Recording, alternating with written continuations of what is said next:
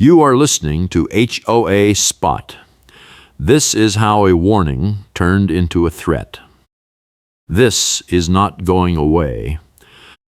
Nancy Nelson stood at the property line with a clipboard in one hand and a tape measure in the other, her face red, her whistle hanging from a lanyard around her neck. She pointed at my contractor, who was standing beside a stack of fence panels, and shouted that if he stayed, she would call law enforcement for trespass. I am a postal carrier in Bend, Oregon, and I hear every piece of gossip on my route, but this time I was the one in the middle of it. Nancy is the president of the Reserve at Kingsbridge Design Review Association, and she decided my fence was her next target. The contractor looked at me, I looked at Nancy, and she blew the whistle once, sharp and loud, like she was calling a foul in a basketball game. Nancy lowered the whistle and said the fence violated the setback covenant, the height restriction, and the design standards, and that I never submitted an application. I told her I submitted the application 6 weeks ago and got written approval from the Design Review Committee. She said the approval was invalid because I did not follow the correct process, and that she was issuing a stop work order effective immediately. The contractor asked to see the stop work order. Nancy held up the clipboard, which had a blank violation notice clipped to it, and said she would fill it out right now if he did not leave. He said he was not leaving until I told him to leave, and that he had a signed contract and a county permit. Nancy turned to me and said, "If you make me repeat myself, it gets more expensive." I had heard her say that line before to other residents, and it always came with a fine attached. She told the contractor that the HOA had the right to access all common easements and that his truck was blocking an inspection path. He said there was no easement on my side property line according to the plat map. Nancy said the HOA could interpret easements however the board saw fit, and that if he did not move his truck, she would have it towed within the hour. She added, "We can tow first and explain later. That is how enforcement works." I kept my phone in my pocket because I was saving one clip for the finale. The contractor looked at me again, and I told him to keep working, that Nancy did not have the authority to stop a permitted project. Nancy blew the whistle again, twice this time, and said she was calling a special hearing for that evening, and that I would be fined $500 for contempt if I did not attend. My job keeps me on the road from 4 in the morning until 2 in the afternoon, and the HOA chaos was already cutting into my sleep. I could not afford to lose my route because I was too exhausted to function. Nancy walked back to her car, a white sedan parked at the curb, and pulled out a camera. She took photos of the fence line, the truck, the contractor, and me. Then she took close-ups of the fence posts, measuring the height with a tape measure and holding it up so the camera could see. I noticed she was holding the tape at an angle, not straight vertical, but I did not say anything yet. She finished, got in her car, and drove off. The contractor asked me if she did this to everyone. I said she did it to anyone who made her feel like she was not in control. He said he had dealt with HOA boards before, but Nancy was the worst he had seen. I told him to finish the post holes and get the rails in before the hearing, because if we stopped now, she would claim we abandoned the project and use that as another violation. He nodded and went back to work. The HOA had sent me 3 notices in the past month, all about the fence. The first one said I needed design approval. I submitted the application with drawings and paint samples. The second notice said my application was incomplete because I did not include a survey. I hired a surveyor, got the official boundary staking, and resubmitted. The third notice said the Design Review Committee had concerns about the height and style, but it did not specify what the concerns were. I went to the monthly meeting and asked for clarification. Nancy said the committee would review it and get back to me. 2 weeks later, I got a letter saying my application was approved, signed by the committee chair. I started the project the next day. Now, Nancy was claiming the approval never happened, or that it was conditional, or that I violated some other clause buried in the covenants. The reserve at Kingsbridge Design Review Association is one of those communities where rules are used as leverage, not guidance, and Nancy had been president for 3 years. Every board meeting turned into a performance where she reminded everyone that she was the only one who actually read the covenants. I went inside and pulled out the covenant binder. It was a thick blue 3-ring binder with tabbed sections, no readable text on the spine, and I kept it on my kitchen counter because I knew I would need it constantly. I found the section on fences and setbacks. The rule said fences must be set back at least 5 feet from the front property line and 2 feet from the side property line, and that height could not exceed 6 feet measured from grade. My fence was 6 feet tall, set back 3 feet from the sideline and 8 feet from the front corner. I was inside the rules. I took photos of the pages with my phone. Then I checked my email and found the approval letter from the committee chair. It was dated 4 weeks ago and explicitly said the design, height, and placement were acceptable. I saved it as a PDF and printed 2 copies. The hearing was scheduled for 6 that evening at the clubhouse. I showed up at 5:45 with the binder, the approval letter, and the survey packet. Nancy was already there, setting up a folding table with a stack of papers. She had a stopwatch clipped to her belt and a small ruler on the table. Another board member, a man named Greg who rarely spoke, sat in the corner with a laptop. 3 other residents were in the room, including my neighbor 2 doors down, a woman named Claire who had caught Nancy on her doorbell camera walking near my property late one night. Claire had texted me the clip a week ago, and I saved it, but I had not shared it publicly yet. Nancy looked up when I walked in and said the hearing would begin promptly at 6, and that I had 5 minutes to present my case. I said I thought this was supposed to be a discussion, not a trial. She said the board had the authority to set procedures, and that if I had a problem with that, I could file a complaint with the management company. I sat down and waited. At 6, Nancy blew the whistle and called the hearing to order. She said I was being cited for 3 violations: failure to obtain proper design approval, exceeding the setback limits, and obstructing HOA access during construction. She presented the photos she had taken earlier that day and said the fence posts were measured at 6 feet 4 inches, which exceeded the 6-foot limit. I said the covenant specified height from grade, and that grade meant the finished ground level, not the bottom of the post hole. She said the board interpreted grade as the natural ground level, and that my interpretation was incorrect. I pulled out the approval letter and handed her a copy. She looked at it, set it down, and said the committee chair did not have the authority to approve anything without a full board vote. I said the covenant gave the Design Review Committee independent approval authority. She said that was an old version of the rules and that the board had updated the process 2 years ago. I asked to see the updated rule. She said it was in the board minutes and that I should have attended the meetings.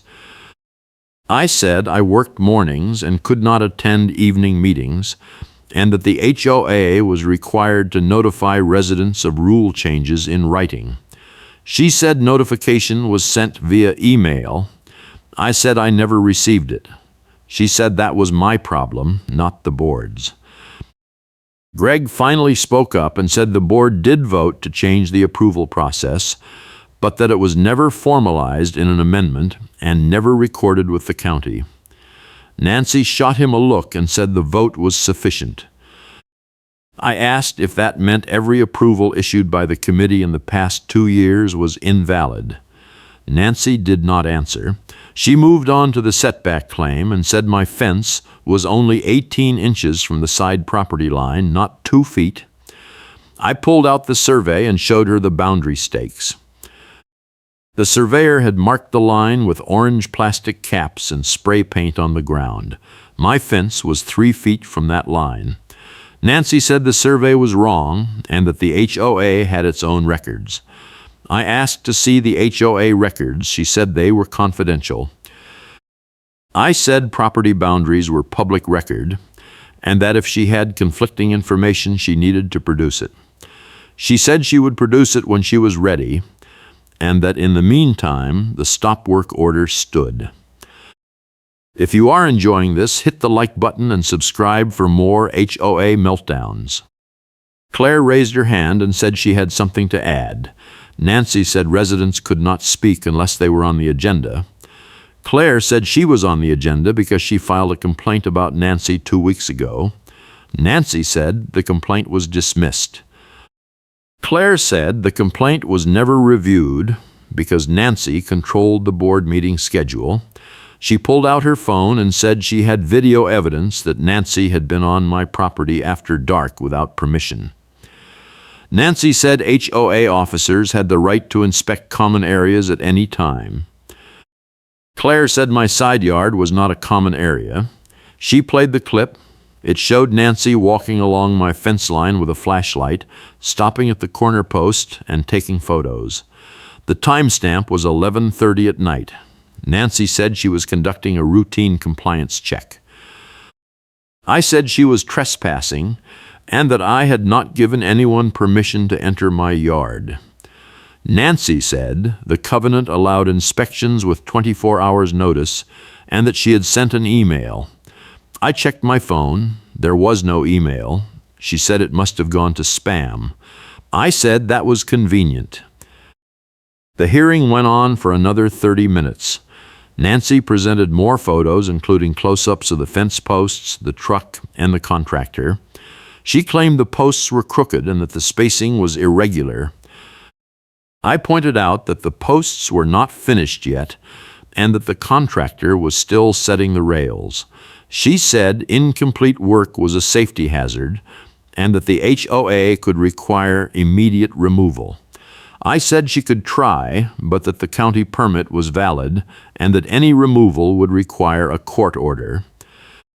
She said the HOA had legal counsel on retainer and that I would be responsible for all legal fees if the board had to take action. I asked how much the legal fees would be. She said she did not have an estimate yet, but that they would be added to my account along with the $500 contempt fine. I said I was not in contempt of anything and that she was making up rules as she went. She blew the whistle and said the hearing was over. She handed me a written decision that said the stop work order was in effect until I provided a new survey, a revised application, and a written apology to the board for my disrespectful conduct. I took the paper, folded it, and left. The next morning, I called the surveyor and asked him to come back out. He said he could be there in 2 days.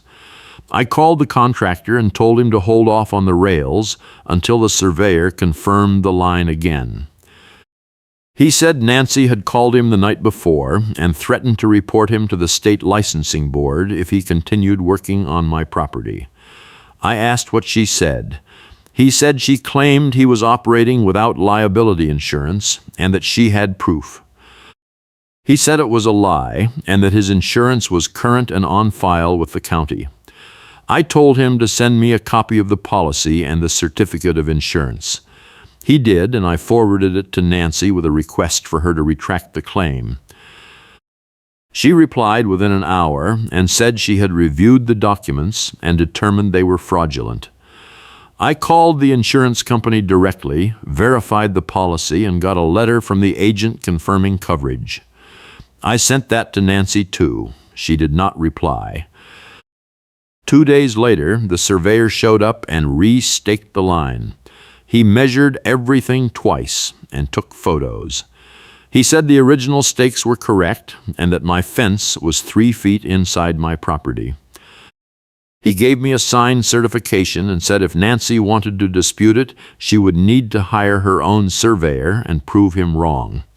I paid him and asked for 5 copies of the certification. He printed them on the spot.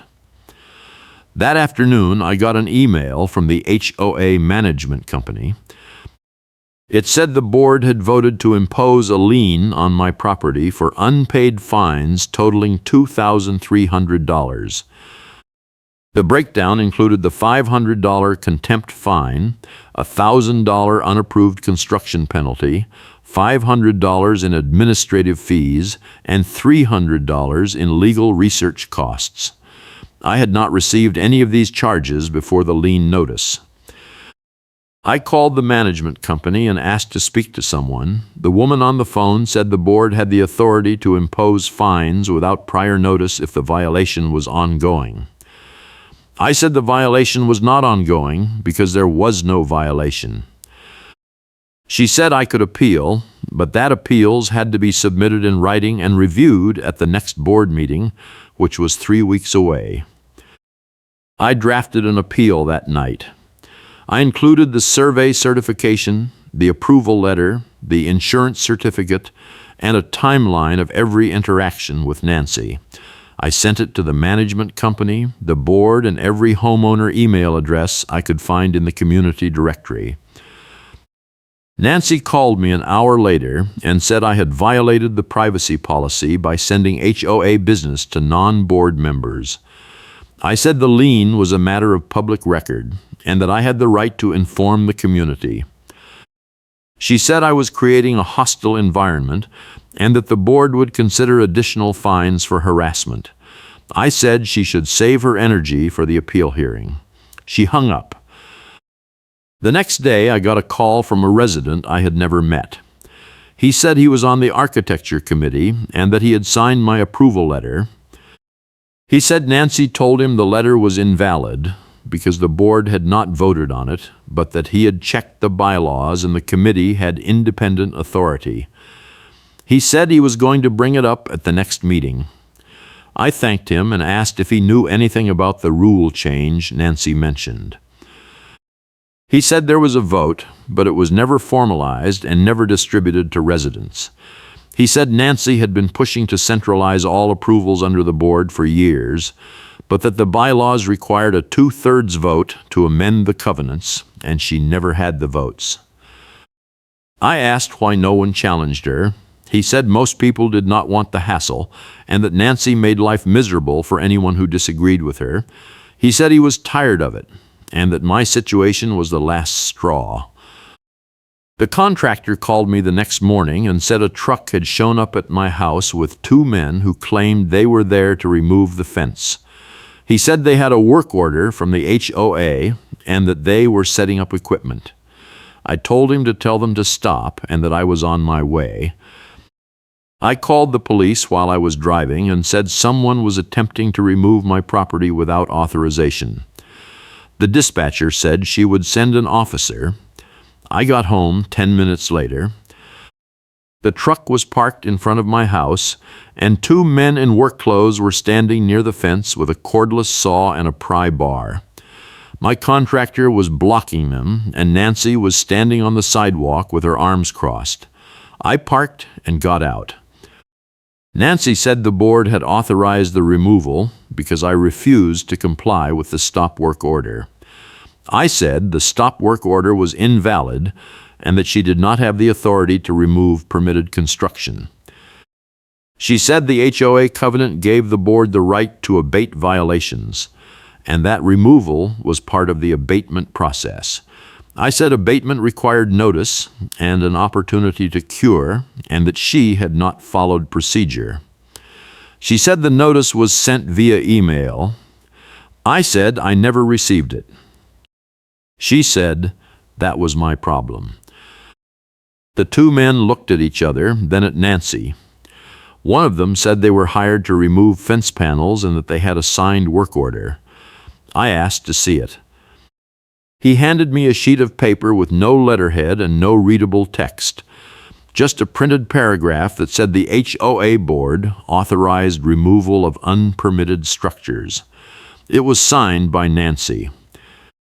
I said the fence was permitted by the county and approved by the Design Review Committee, and that removing it would be destruction of property.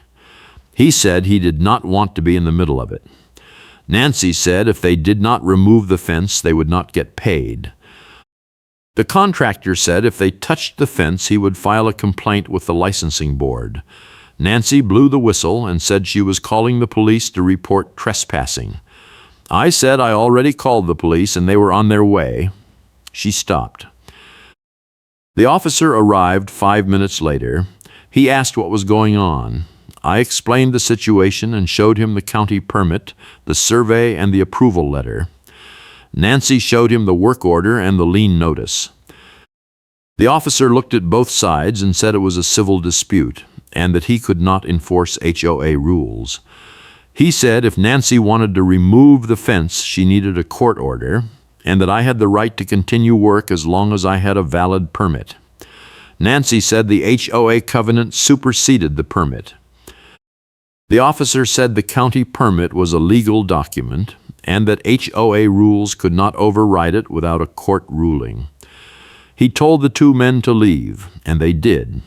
Nancy said this was not over. The officer said if she came back with a crew to remove the fence without a court order, she would be charged with vandalism. She got in her car and left. I went back inside and sent an email to the management company summarizing what happened and requesting an immediate withdrawal of the lien and the stop work order. I copied the board and attached the police report number. The management company replied 2 hours later and said the board would review my request at the next meeting. I said the next meeting was 3 weeks away and that I needed a resolution now. They said they could not override the board. I called a real estate attorney and scheduled a consultation. The attorney reviewed everything and said I had a strong case for harassment, bad faith enforcement, and selective application of the rules. She said the lien was improper because the fines were imposed without notice and that the removal attempt was likely tortious interference.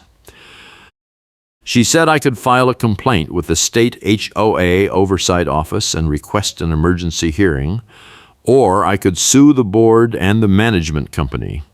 I asked which option was faster. She said the state complaint might take weeks, but the lawsuit would put immediate pressure on the board to settle. I asked what it would cost. She said $5,000 to file and another $10,000 if it went to trial. I said I did not have that kind of money. She said I could request attorney fees if I won, but that it was a risk. I told her I would think about it. That night, I went through Nancy's photos again. I noticed something in one of the close-ups of the fence post. There was a reflection in the corner of the image, showing Nancy holding the tape measure at an angle, not straight up. The angle made the measurement look taller than it was. I zoomed in and took a screenshot. Then I compared it to the surveyor's photos, which showed the posts measured correctly at exactly 6 feet from grade. I saved both images side by side. I kept my phone in my pocket because I was saving one clip for the finale. The appeal hearing was scheduled for the following week. I prepared a presentation with printed photos, the survey, the approval letter, the police report, and the comparison images. I also printed the email thread where Nancy claimed the approval was invalid and the insurance was fraudulent. Claire agreed to come and present the doorbell video. The architecture committee member agreed to testify that the approval was valid. I sent copies of everything to the management company and requested they be included in the official record. The night before the hearing, Nancy sent an email blast to the entire community saying I was the one resident who refused community standards and that my actions were putting the neighborhood at risk. She said the board had tried to work with me, but that I was combative and uncooperative. She said the hearing would determine whether I was fit to remain in the community. I replied to the email with a single line, "I look forward to presenting the facts tomorrow." Several residents replied to me privately and said they supported me. One said Nancy had done the same thing to him 2 years ago and that he eventually gave up and moved. The hearing was packed. At least 20 residents showed up, which was more than any board meeting in the past year. Nancy sat at the head table with Greg and 2 other board members. The management company rep sat off to the side with a laptop. I sat in the front row with Claire and the architecture committee member. Nancy called the meeting to order and said the board would hear my appeal and render a decision. She said I had 10 minutes to present. I said I needed at least 20. She said 10 was the limit. I said the board bylaws allowed reasonable time for appeals. She said 10 minutes was reasonable. I started. I presented the approval letter first and explained that the design review committee had independent authority under the bylaws. The architecture committee member confirmed it. Nancy said the board had amended the process. I asked her to produce the amendment. She said it was in the minutes. I said the minutes were not an amendment and that amendments required a vote and proper notice. Greg said the vote never passed. Nancy glared at him. I moved on to the survey and showed the certification. I explained that my fence was 3 feet inside the property line and fully compliant with the setback rule. Nancy said the HOA had its own survey. I asked her to produce it. She said it was being prepared. I said she had been claiming conflicting boundaries for weeks and had produced nothing. I showed the comparison photos of the tape measure and explained that Nancy had taken measurements at an angle to make the fence look taller than it was. The room went silent. Nancy said the photos were taken in good faith and that any discrepancy was unintentional. I said it was not unintentional when you use the fake measurement to justify a $2,000 lien. Claire played the doorbell video showing Nancy on my property at night. Nancy said it was a routine inspection. I said it was trespassing. I presented the police report from the removal attempt and explained that Nancy had sent a crew to destroy permitted construction without a court order. The officer had told her she would be charged with vandalism if she tried again. Nancy said the board had the right to abate violations. I said there was no violation. Then I pulled out the final piece. I had not shared it with anyone yet. It was an email from the fence contractor's supplier, sent 3 weeks before I started the project. The email was addressed to Nancy and copied the design review committee. It said the supplier had received a call from someone identifying herself as the HOA president, requesting that they refuse to deliver materials to my address because the project was unapproved. The supplier replied that they had no authority to block a delivery and that the customer had provided a valid permit and payment. The email included Nancy's response, which said, "If you deliver to that address, the HOA will consider you in breach of our vendor agreement and you will be removed from the approved contractor list." The supplier forwarded the email to my contractor as a courtesy, and he forwarded it to me. I had been holding it because I wanted to see how far Nancy would go before I used it. Now was the time. I read the email out loud. The room erupted. Residents started talking over each other. One person shouted that Nancy had no authority to interfere with private contracts. Another said she had done the same thing to them. Nancy said the email was taken out of context.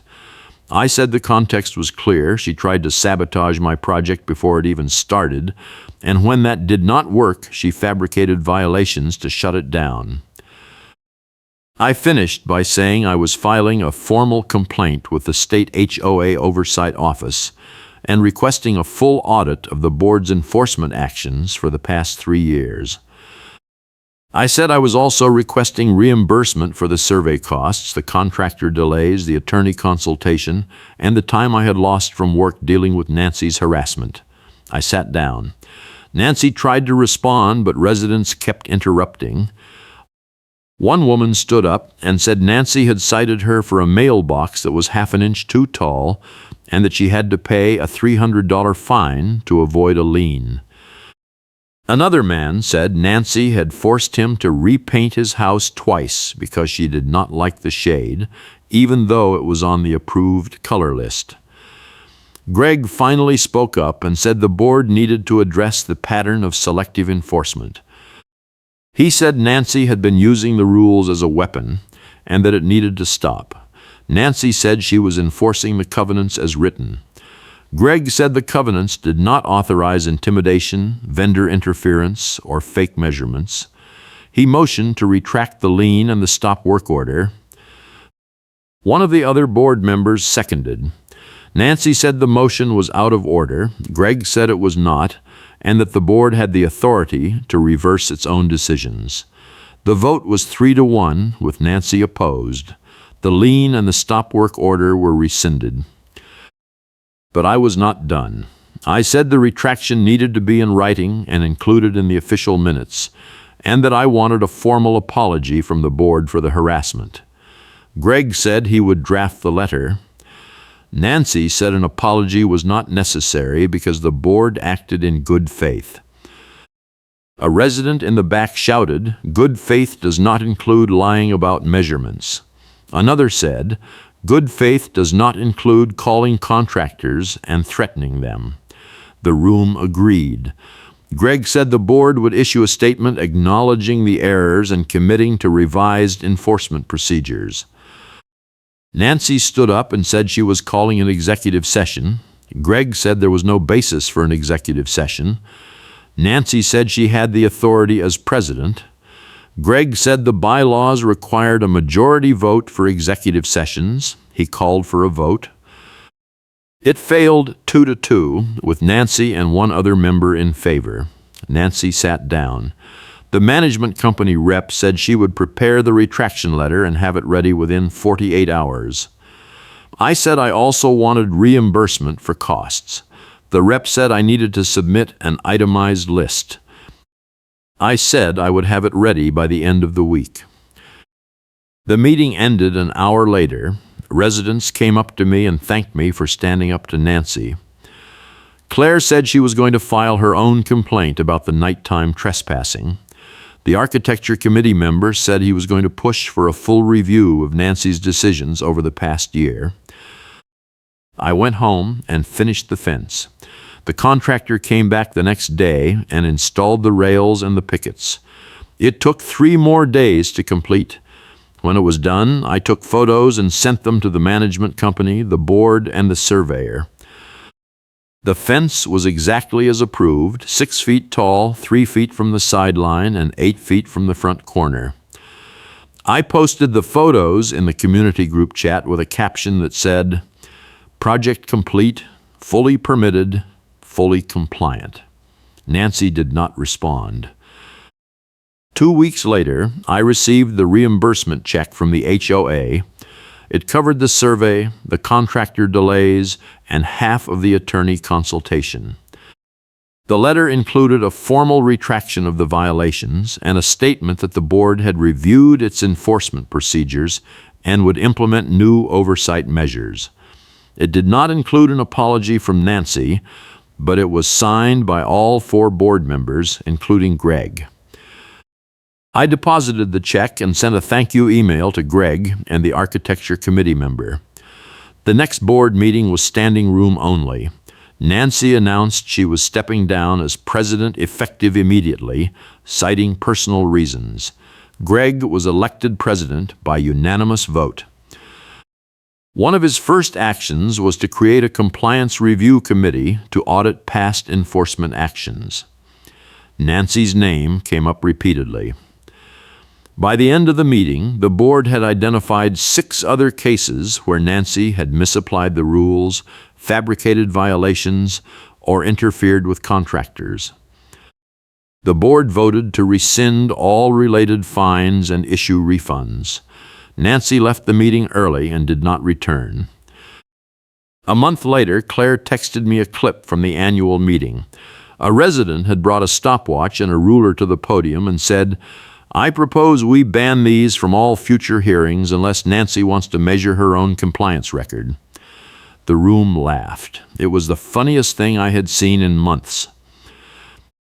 Nancy was not there. She had not attended a meeting since she stepped down. The new board revised the enforcement procedures, required written notice for all violations, and mandated that any fine over $200 required a full board vote. They also clarified that the Design Review Committee had independent authority and that approvals could not be overturned without cause. The changes were formalized in an amendment and distributed to all residents. I framed my copy and hung it in the garage next to the fence permit.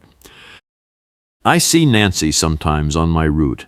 She does not make eye contact. Her house is 2 streets over, and her mailbox is one of the stops I pass every day. I deliver her mail the same way I deliver everyone else's, on time, no drama, no commentary. But I notice things. I notice the lawn service truck that used to come every week does not come anymore.